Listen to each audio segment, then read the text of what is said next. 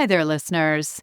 So this week again, we're going to reach back into the archive to revisit another one of our top 10 episodes of all time. This time, we're going to be hearing from renowned domestic abuse and IPV expert, Dr. Christine Cocchiola. Dr. Christine has joined me now several times on the show, but this was her first episode with me, and she was sharing her insights and wisdom on a truly important and very impactful episode that goes into the topic of coercive control. Now, this episode was the first part of a two-part episode, and so I will replay part 2, which is on post-separation abuse on Thursday, so don't miss that. I really wanted to replay these two episodes because coercive control and post-separation abuse are two often misunderstood and misrecognized areas of intimate partner violence or abuse. And I really think it's important that we shine the light as often as possible on these topics. That's something that Dr. Christine works tirelessly to do. So please listen to both these episodes. You're going to find a great deal of wisdom and support there. And stay tuned because Dr. Christine, along with another one of our Divorce and Beyond favorite guests, Amy Polacco, they've teamed up to write their first book, which will be launching soon. It's called Framed: Women in the Family Court Underworld. The book's going to be available for pre-order soon. And of course, Dr. Christine and Amy will be back with me to share all about it when the book does launch. Now, one note, because these are archive episodes, some of the links in the episodes may have changed or no longer be in use. For more information on Dr. Christine, you can go to her website at Coercive.com for up-to-date links and information. All right, so now let's dive into part 1 of this special 2-part series, Understanding Coercive Control with Dr. Christine Cocchiola. Today's episode is brought to you by our friends at dtour.life. dtour.life is a game changer for both family law professionals and clients alike. dtour.life is an innovative online program which guides clients to easily input and organize the exhaustive document and financial disclosure process and provides professionals with streamlined and secure case management. In addition, dtour.life has comprehensive client onboarding, a secure document repository, income and expense sync, parenting plan agreement features, and much more. I use dtour.life myself, and honestly, one of my favorite features, and one that my clients love as well, is that they can securely link all of their financial accounts directly to the dtour.life platform so that their information is automatically uploaded and updated as time goes on. So whether you're getting a divorce or are a divorce professional, I urge you to check it out yourself. Go to dtour.life, that's dtour.life, and sign up for their free 14-day trial. Then use code SUSAN20 to get 20% off the cost of subscription. Coming up on today's episode of the Divorce and Beyond podcast. Most domestic violence is not violent. Most domestic abuse is based on power and control. So there's the situational, the people who really just do not know how to handle their emotions. But then there is most coercive control.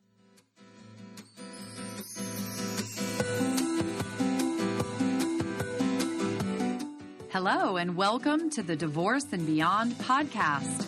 I'm Susan Guthrie, your host.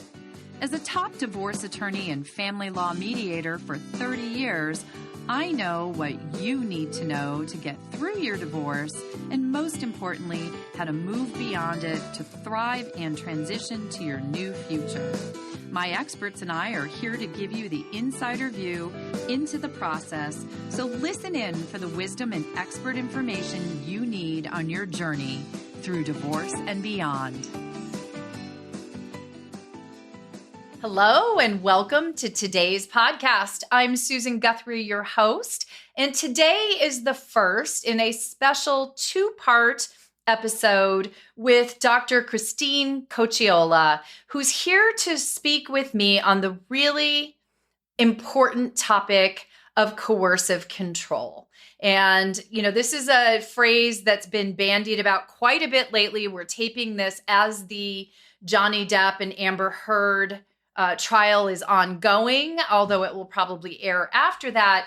But certainly just a lot of what's been happening in the world, Kim Kardashian, Kanye West. I mean, we've been hearing a lot about coercive control, post-separation abuse, post-divorce abuse. And so I really wanted to bring on an actual expert to talk about this. So let me tell you a little bit about Dr. Cocchiola.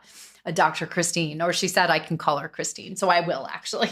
She is a coercive control advocate, educator, researcher, and a survivor herself, which I think is really important to give a layer of understanding to really where she's coming from with what she says. She's a tenured professor at Connecticut Community College, as well as an adjunct instructor at NYU.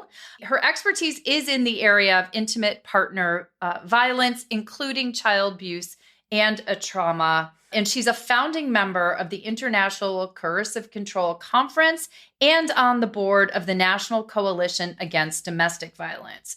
And she's got a number of fantastic articles and papers and a great chapter in a book called, well, it's got a long name. It's called Shared Trauma, Shared Resilience During a Pandemic, COVID-19 and Sheltering in Place, the Experience of Coercive Control for College Students Returning Home. So I'll have links to all of that in the show notes. I'm very excited to have her speak with me.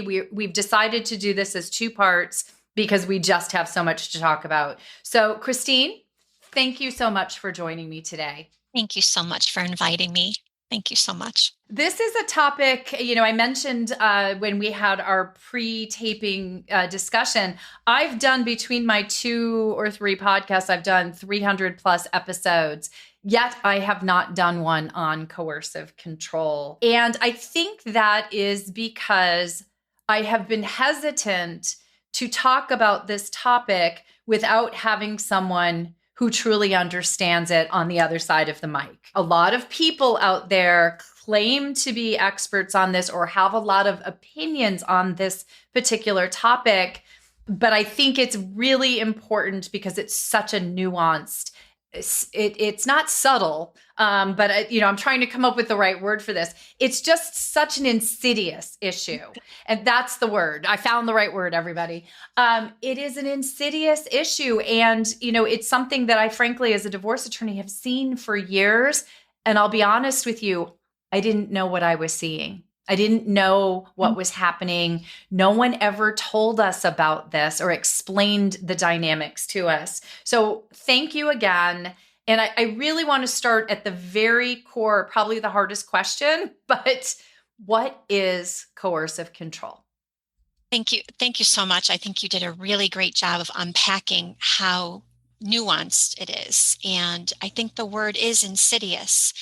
Coercive control, the terminology actually came out of Evan Stark. Dr. Evan Stark is the international expert on coercive control, and he coined the term in the 1970s. He actually is one of the first, had the first domestic violence shelter. He had it in his home with his wife, Annie, in New Haven, Connecticut.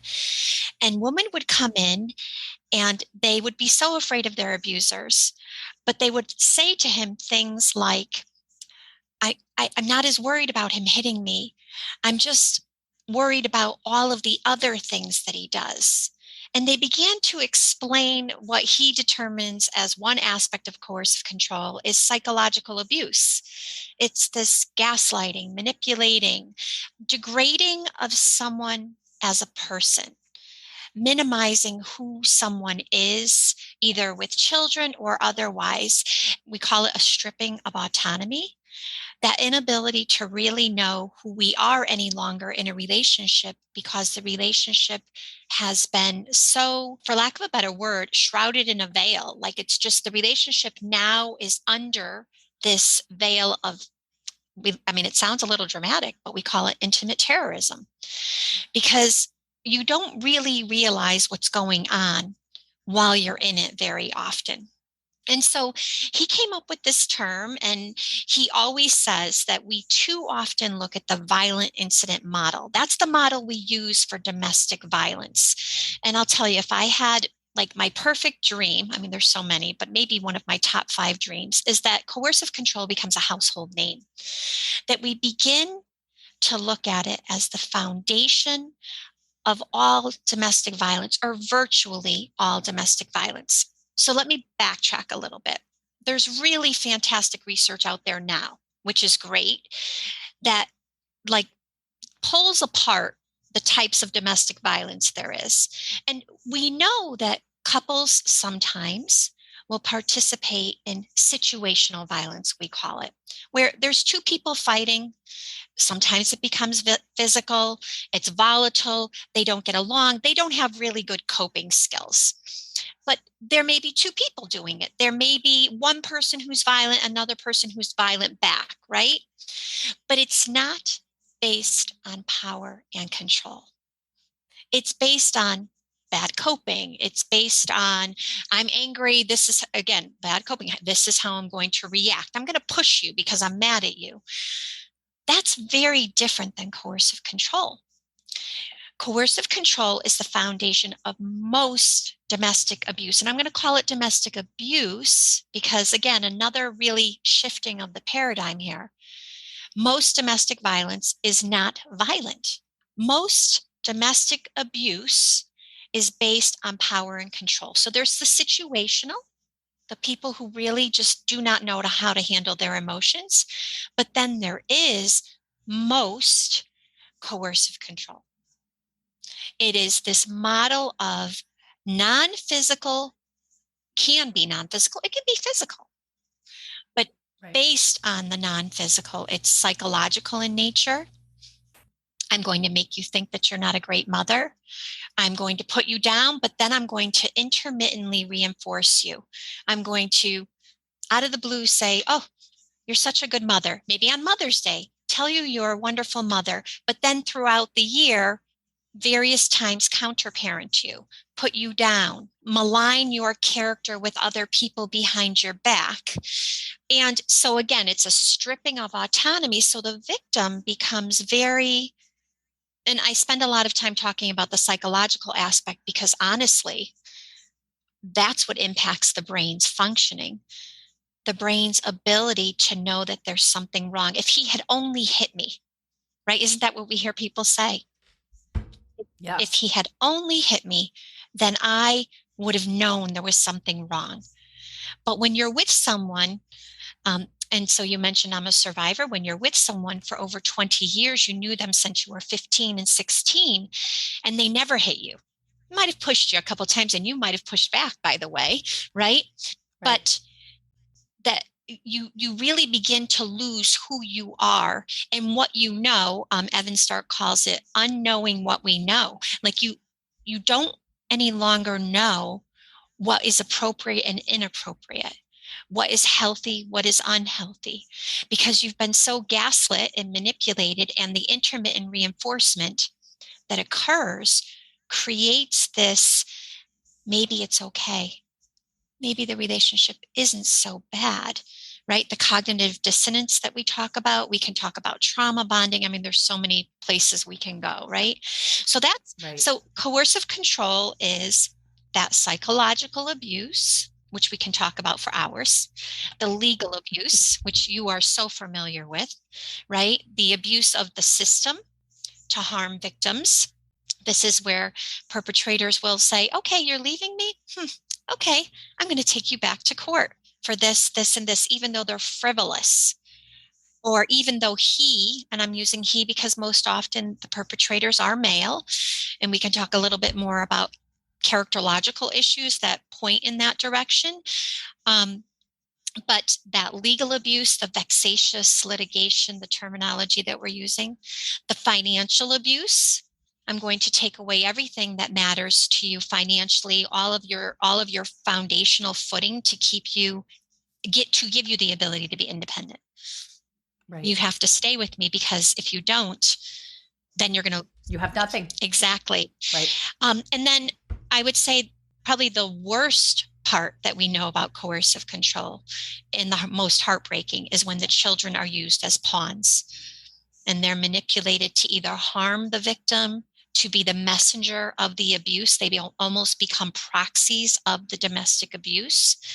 Or the abuser, because of his power and control, is able to coercively persuade the children to have very little to do with the victim because he has the power.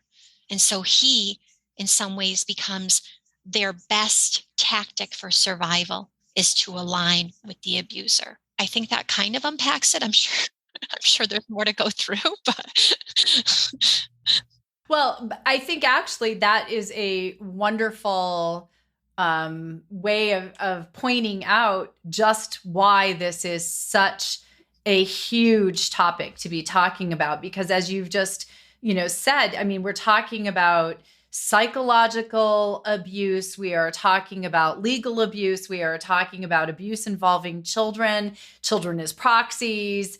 There's so much that goes into this. And that word insidious, I do think you're right. It's the right word, because this is all happening. It doesn't happen like a punch comes out of the, boom, punch. You felt it. It's done. It happened in an instant. We can call that abuse. Mm-hmm. The type of abuse or coercive control that we're talking about here, I think, generally happens over an extended period of time and escalates so that that's how you were saying, you don't even really know that you're in it or that it's happening, because I don't think the abuser jumps to the high level of abuse right away. They start with these little insidious chipping away of your personal identity, et cetera. Can you talk about that a little bit? Sure. So, and that's the really interesting part, is that coercive control is a pattern of behavior. So these abusers know what they're doing. They're doing it intentionally to retain or regain control over a long period of time. And so if you're in a relationship with someone and you're committed to being with that person, you have children with that person, perhaps, or, fur babies with that person, you don't want to dismantle the relationship because he was mean last week to you and he put you down in a crowd of people when maybe he had too much to drink. You're not going to do that, right? So you're going to hold on. You're going to hold on tighter and wait for something good, and then he's going to give you something good. It's that intermittent reinforcement, exactly, and that's going to pull you right back in. And I would say that, you're right. The thing about a bruise, right, is that you see it, right? Here's the other problem. This is so confusing. It's so confusing for the victim to be aware of. And I'll go back to, I began my career at 19 as a domestic violence sexual assault crisis counselor. I worked in child protective services. I saw domestic violence over and over again. I did not notice this in my relationship. I could not put my finger on it. And by the way, teach every single semester on the power and control and post-separation abuse wheel. I'm not trying to say I'm smarter than other people. I'm trying to say, if I couldn't see it, then how can the most astute of us working in the field not actually recognize that it's happening to us? And so we expect victims who maybe don't have that level of expertise to understand it. And I would say that, first of all, it's a spectrum of abuse. So some abusers are so malignant and covert about it that it's so minute that even if you were to tell a friend, they'd be like, really? That doesn't, well, so he's, come on. He's such a good guy, right? How bad is it? Oh, so he was mad the other day. My boyfriend does this all the time. So in other words, I like to say that we self-gaslight. We gaslight he's gaslighting us. We gaslight ourselves, and everyone around us perhaps gaslights us, joins in, or we're afraid to tell them because we are like, well, wait a minute, maybe it's not real, or everybody loves him. Do I want people to not like my partner? I don't want to do that. So I would say that if you add in the variable of children, we also in some ways are gaslighting our children because we don't want our children to think the relationship is as bad as maybe it is sometimes. we're trying to create this wonderful family system. And navigating the abuse in such a way, I like to call, we're hopping around like a leapfrog all around our house. We're doing, it's eggshells. It's like, what is going to make him happy today to create equilibrium in the home so that I don't set him off, so that the kids don't think there's a problem. We're having company tonight. And when that company comes, I mean, he might actually cancel the plans if I don't keep him happy today. And I want my company to come because I want to have this experience, this positive experience. And he's so good with other people. So maybe this, like you see, it becomes like this, it's like this trail we're running all the time. And I would say that there's mines along the trail and we're trying to avoid them. So insidious, patterned, intermittent reinforcement, and our brain, I mean, to talk a little bit about the brain's functioning, the brain wants to protect us. So the brain really doesn't want to think there's something bad going on here. The brain is dissonating us from what the reality is over and over again.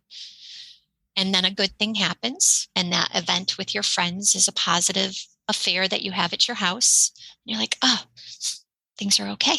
And that's what happens.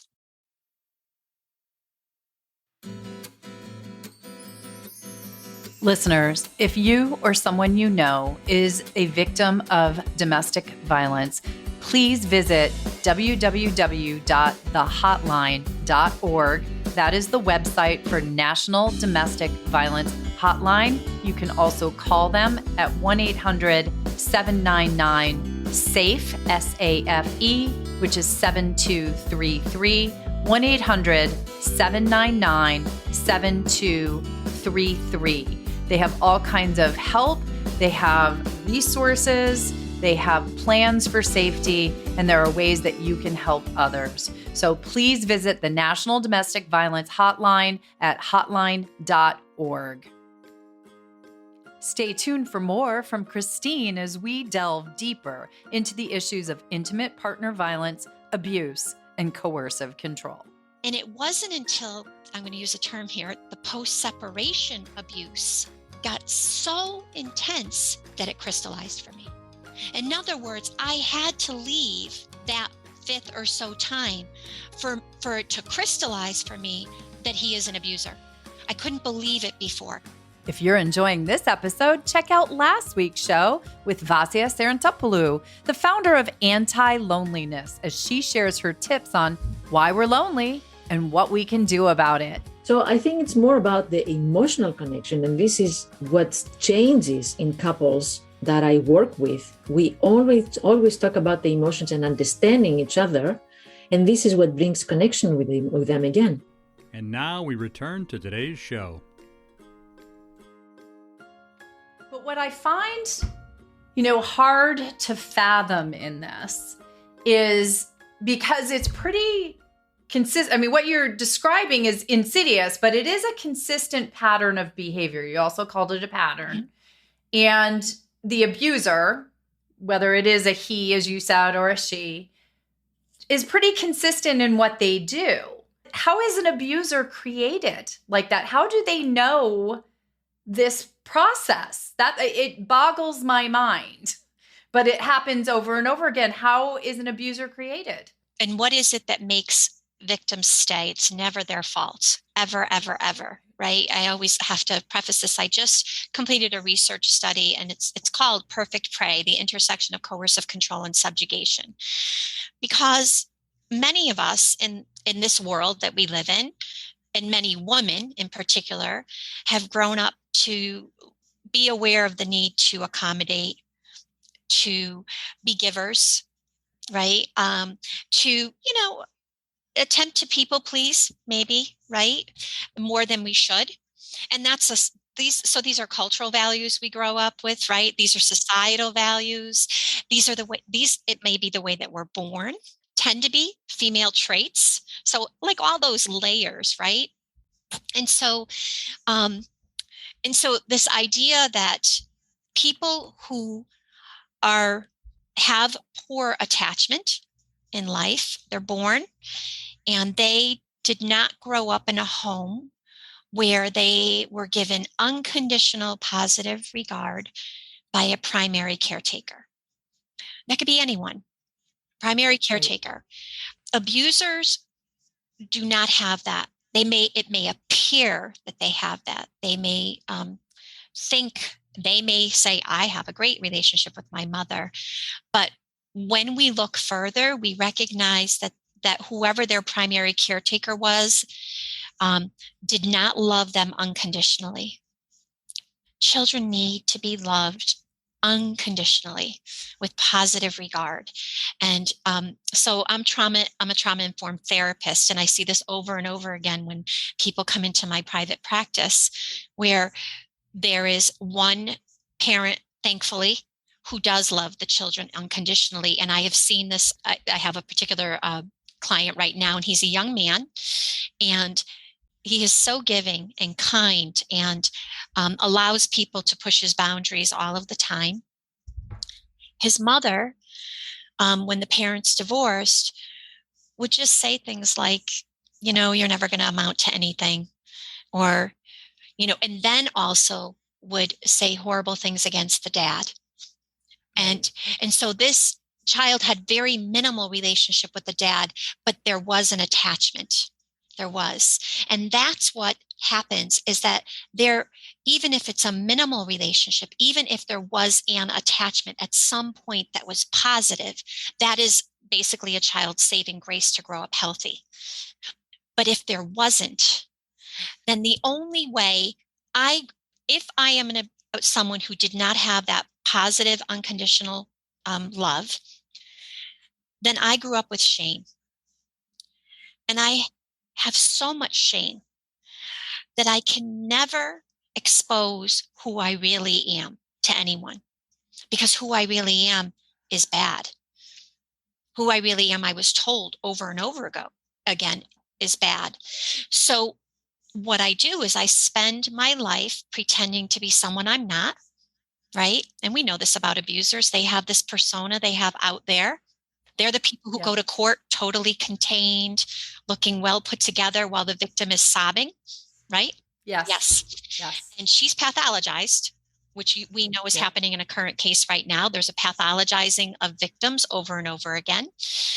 And he is put together because that's his persona. That's his fake persona. That's his mask.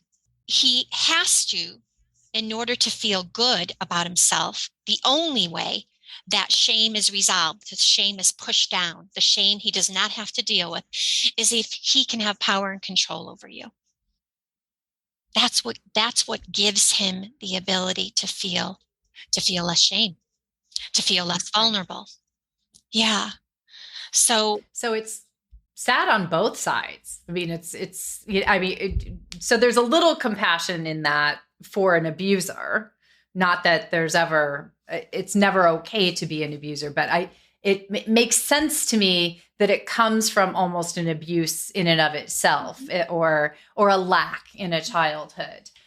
So somebody is caught, or a couple is caught in this cycle. Mm-hmm. And what we really see is a relationship that just becomes more and more dysfunctional over time, right? The abuser tends to just, as I said, grow in those abusive behaviors. And the party who is being abused tends to go down that rabbit hole of abuse, where what they would never have tolerated up here. And for those who are not watching, I'm showing my hand up high, or those who are listening.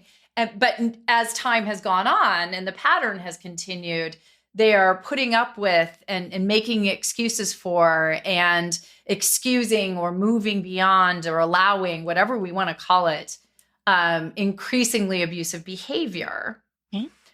How does someone start to recognize what's happening? How do they, if no one's ever going to hit them, which thankfully, hopefully, maybe, but how does somebody realize that they're in that cycle? You're touched on so many important parts. I'm going to go back to this, like leveling up, right? So what we know about, and my research study actually kind of confirms this, and it hasn't been published yet, but what we know is that abusers tend to continue to take.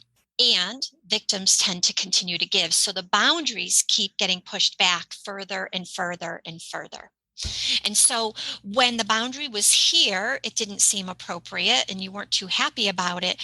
But from here to here, and people can't see me either, maybe, but the intense pushing of boundaries happens so slowly and insidiously that you don't even realize that you have compromised your boundaries so much. And so it takes on average 7 attempts to leave an abuser. And why? Because when she leaves the abuse, he'll beg for her to come back. When she leaves, she's financially decimated.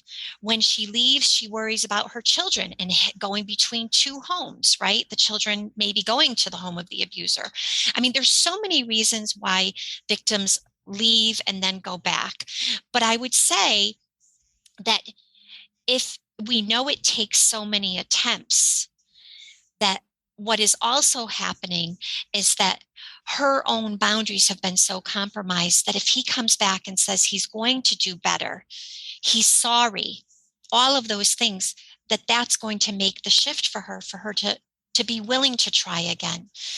And then I would say that sometimes you have to leave that many times. I left at least 5, like whether it was just for a weekend or I said I'm leaving, whatever it was.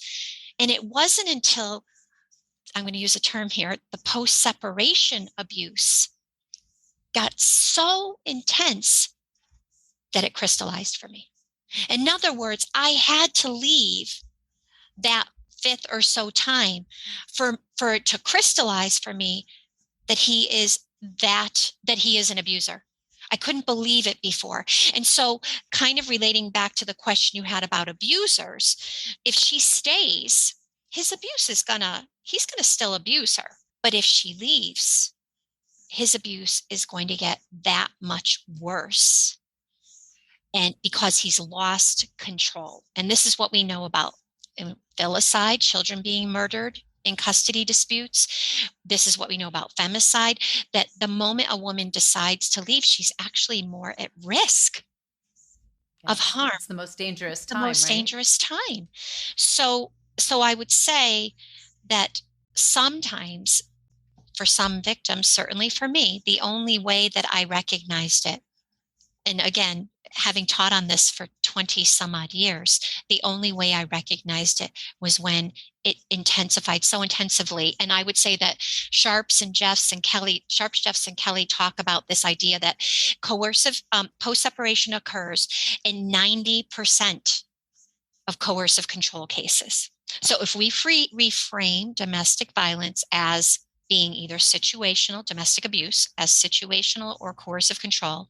And we know that most are coercive control. And then we say that 90% of those coercive control victims are going to suffer post-separation abuse.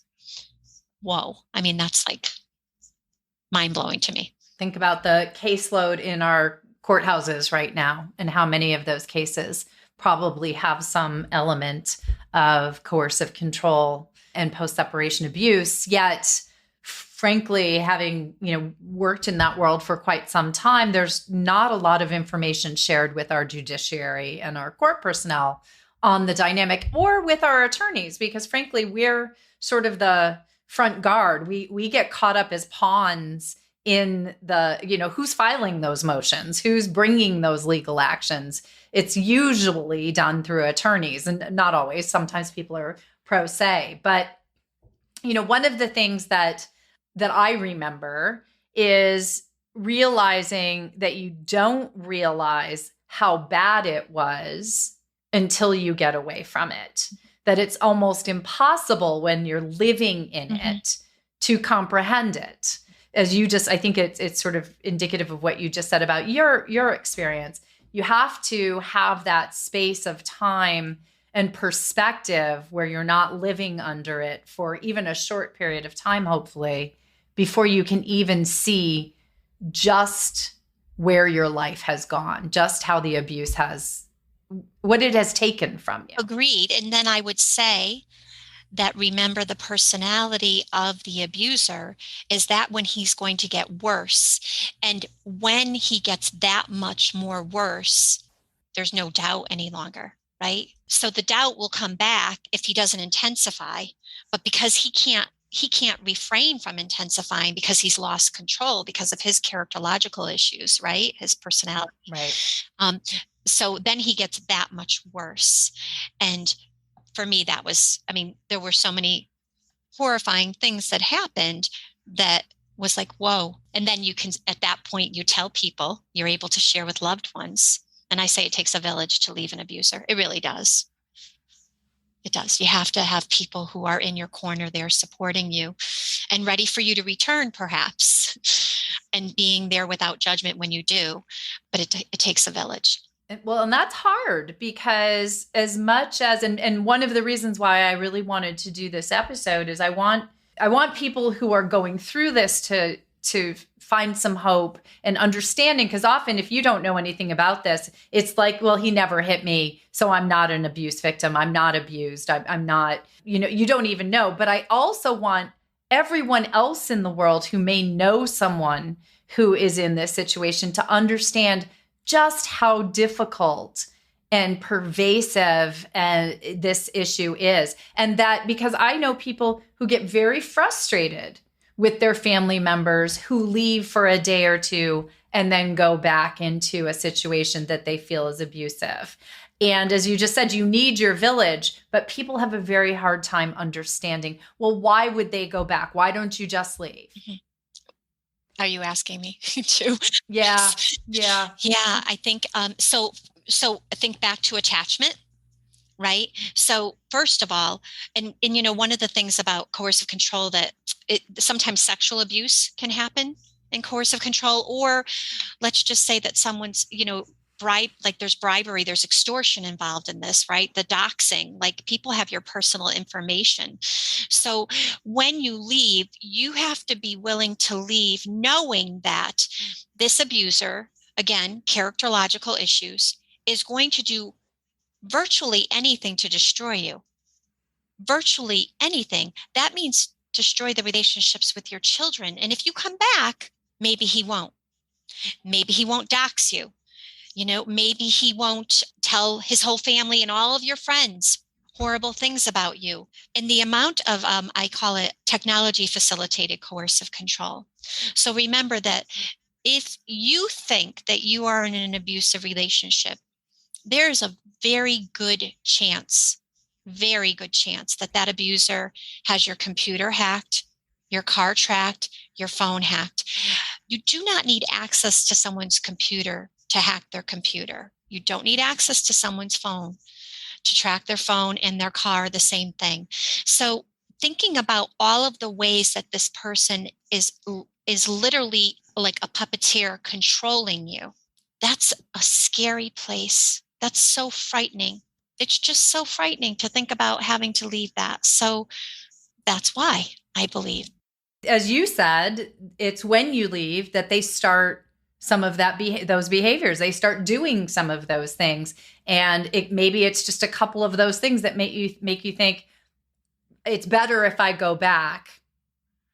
And I know for parents, for mothers, I would say I've heard also, because of having their children, we'll talk in the next episode about the post-separation abuse more. But I do know for mothers, often they feel that they have at least the control if they're in the household to protect their children, rather than if they're in a different space, but the children have to go back with the abuser on a shared parenting schedule. So I know it's another type of control, right? They feel like at least if I'm there, I can protect them. Correct. Absolutely. And I think so. Again, knowing and acknowledging how difficult it is to leave, knowing the risk factors, we're talking life sometimes, risk factors, right, of leaving. Knowing all of that, if you can leave, you will show your children a path to freedom, if you can.